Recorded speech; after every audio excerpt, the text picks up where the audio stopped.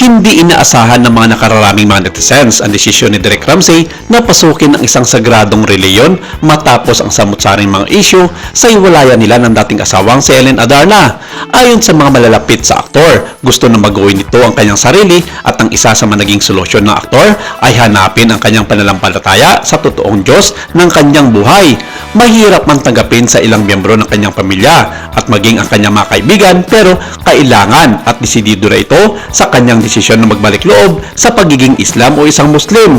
Kasalukuyan na sa Middle East ngayon si Derek Ramsey para sa kanyang mga konsultasyon sa pagpasok at simulan ang proseso ng patuto ng pananampalataya o syahada na binibikas bilang pinatutuhanan ko na ilaha, ila Muhammad Rasulullah. Ang pagpasok sa reliyong ito ay hindi napapalooban ng anumang espesyal na mga seremonya o mga pamamaraan na dapat gawin sa harap ng sinumang tao na hindi ito nangangailangan ng pentulot ng sinumang partikular na tao. Ang pagiging isang Muslim ay napakadali at ito ay kayang gawin ni Derek kahit na siya ay mag-isa lamang sa disyerto o sa isang nakakandadong lugar.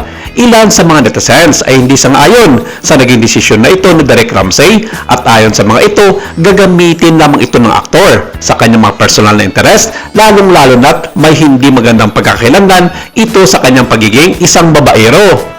Ang kwento ni Derek Ramsey na siya ay nakapagwalay kay Ellen Adarna sa huling bahagi ng taong 2025 at nangyari lamang sa pag-uusap sa telepono ang kanilang breakup, ang pahiwatig na may sinusundan o pattern ng pagwawakas ng mga nakaraang relasyon ng kapuso aktor.